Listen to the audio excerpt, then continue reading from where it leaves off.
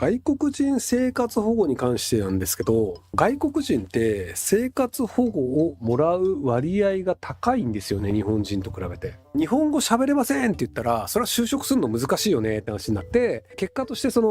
日本人が確か 0. 何%なんですけど、その人種によってなんかもう数%になってる人種があるんですよね、生活保護のもらう割合が。要するにその国の人が、日本に住んでるその国の人が 3% とか 5% とかいる人種あるんじゃないかな。ここら辺ってどっかデータ確かあったと思うんだけど、国籍別生活保護世帯数、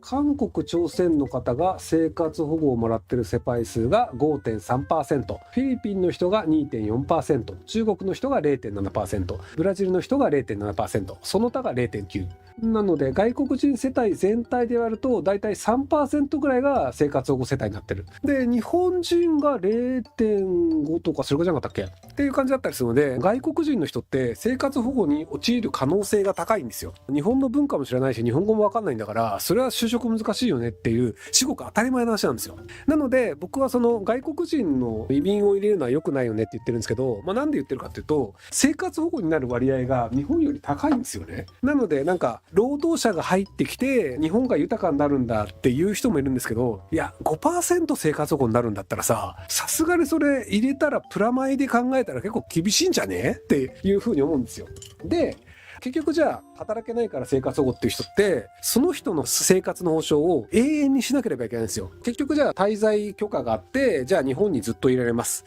でも働くことができませんっていう人はもう就職できないじゃないですか。でそうするとその人が人生死ぬまでずっと日本の税金で食わせ続けなきゃいけないんですよ。でそれだったらやっぱり外国人安易に入れない方がいいんじゃないのっていうふうに僕は思うんですよね。なのでシンガポールとかだと年収1000万円以上にしないとそもそも労働ビザ取れないとか、メイドさんとかって別なんですけど、メイドさんとかの場合も半年に1回かなんかに妊娠検査をして、妊娠してるのがあったら強制送還、子供が生まれてしまったらそれはシンガポールで育てたりということをしなきゃいけなくなるので、生まれそうになった時点でもう強制送還っていうのをやるんですよ。人権なんか丸無視みたいなことをするんですけど、っていうぐらいじゃないとやっぱりその外国人の人が生活保護になってしまうんですよ、構造上。だって言葉と文化を知らないんだもん。結局僕は外国人労働者のすごくスキルの高いお金を稼げる人はいいんですけど、そうじゃない外国人労働者を入れるというのは、日本は貧しいから外国人を入れて何とかしろは余計貧しい国になるんじゃないかなと思ってるんですけど、シンガポールって明るい北朝鮮と言われるぐらい法律的にかなり人権的に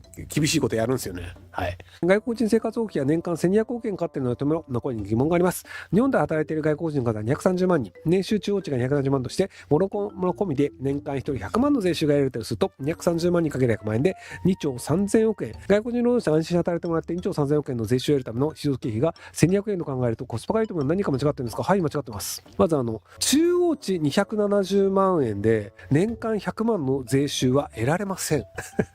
270万だと多分2、30万じゃないかな。で、さらに外国人って社会保険入らなくていいんですよね。270万円の日本人の場合はそこに社会保険で 15% と会社が 15% で 30% っていうのがあって、270万円だとするとあれ90万か。社会保険料で90万取られるんだ。怖えな。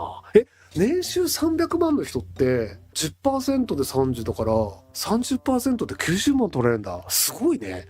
年収300万の人って90万も払ってんだ。すごいね。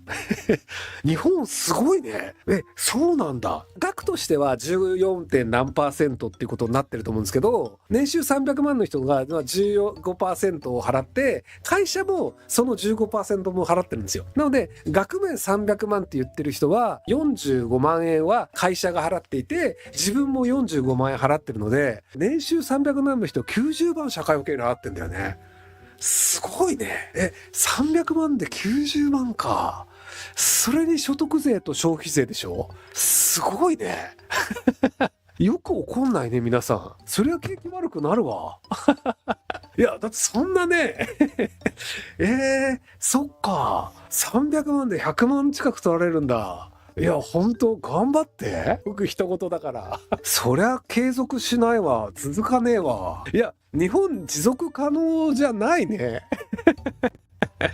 わあ、なかなか、やっぱ頭で知っっていることと体感することってやっぱ違うよね。だから僕ほらもともと社会保険料 14% はしてて会社も 14% で労地折半だよねって知識としてしてたんだけど、これがだから年収300万も当然適用されるよね。で年収300万でそれで90万取られて大学の奨学金とかで300万ぐらい借金があって月5万円借金返済してますみたいなってなると年間60万円ぐらい借金返済して90万円社会保険で取られてってで消費税とかで半分以上持ってかれない？すごいね。よくみんな怒んないね。僕そんな状態だったらすかさず生活保護ですよ。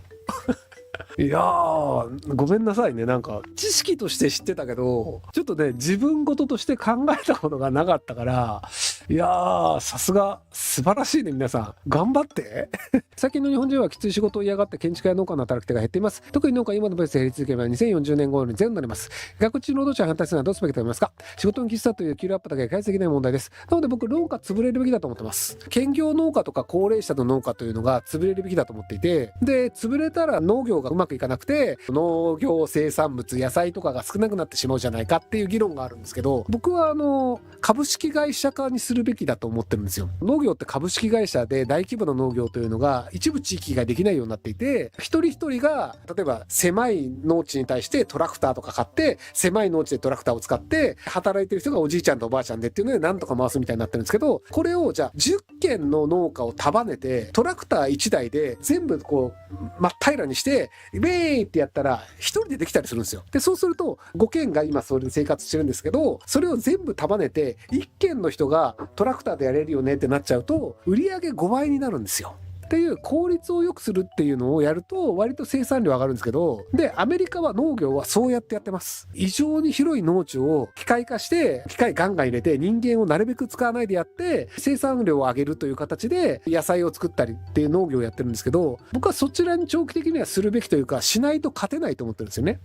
じゃあなぜそうならないのか。 JA っていうところがねめちゃめちゃ力を持っていて大量に作れるっていうのをやると、例えばじゃあ農家の人がナスをそれなりにいっぱい作りましたって言っても、でも自分たちのナスをどうやって売るかっていうとやっぱり農協を通して売ることになるんですよ。でもこれが1年のうちにナスが5トン取れますっていう大規模な事業体になると、それを JA を通さないで直接静岡屋だったりとかイトーヨーカドーだったりスーパーと契約して直接取引をして利益率を上げることができるんですよ。そんなに量取れないよねってなると JA を通して何とかするっていうので JA に中抜きされるんですけど、めちゃくちゃいっぱい作れるんだったらそれはスーパーとかと直接契約した方が中抜きがいなくなるから得するんですよ。なので株式会社がどんどん増えると JA ってどんどん仕事が減るんですよね。JA というのは一生懸命残そうとしていて、でさらにその零細農家が増えた方が選挙で勝ちやすいんですよ。零細農家をやってる10件が零細農家に補助金が欲しいってなると、零細農家に補助金あげようっていう人はそこで10票もらえるんですよ。でもここが株式会社です、金持ちの農家が1人でやってますって言ったら農家に補助金あげようって言っても1票しかもらえないんですよ。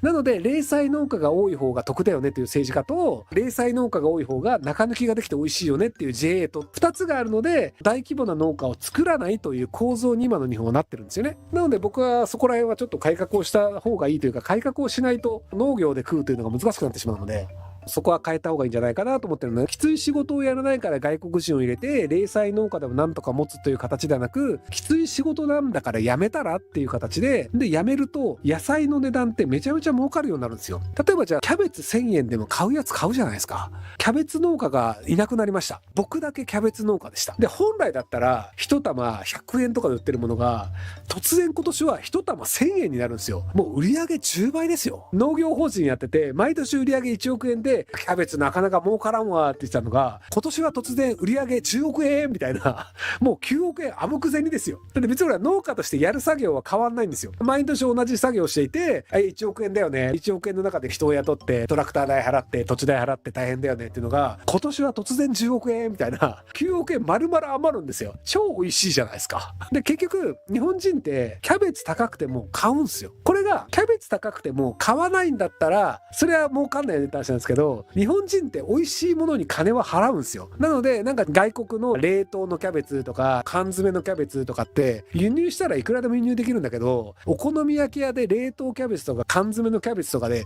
食いますかっていうと、やっぱ食わなくて、きちんとした日本で育てたキャベツを買うんですよ、1000円で。なので僕は農家というのは基本的にちゃんとやれば構造的には儲かる構造だと思ってるので、やり方をまずくしているせいで貧乏な人が多いという状況だと思ってます。農作物の日本での売り上げというのはずっと増えてるんですよ。全体の構造ね。人口は多少は減ってるんですけど、でもやっぱりキャベツを日本人が食う量とか、キュウリを食う量とか、野菜を食う量というのはほとんど減ってないですよ。人口の分多少減るぐらいで。で、値段はずっと上がってるんですよ。なので、マーケットとしては成長してるんですよ。でも、なぜ零細農家が増えてるかっていうと、参加してる農家が多すぎるんですよ。これが農家が半分になったら、農家の売り上げは倍になります。ナスも一人一人の農家は倍作るんだけど、でも倍作ったら倍売れるんですよ。ナスを食うし、キャベツを食うという人たちの量は減らないから。なので、農家が半分になったら、それだけ売り上げが増えて、トラクターは2台必要かっていうとそうでもなくて、1台で2倍作れるんですよ。なのでそこの効率化のためにはもうちょっと農家減った方がいいんじゃないかなって話です。はい。ご視聴ありがとうございます。今回の動画はこちらからの切り抜きになります。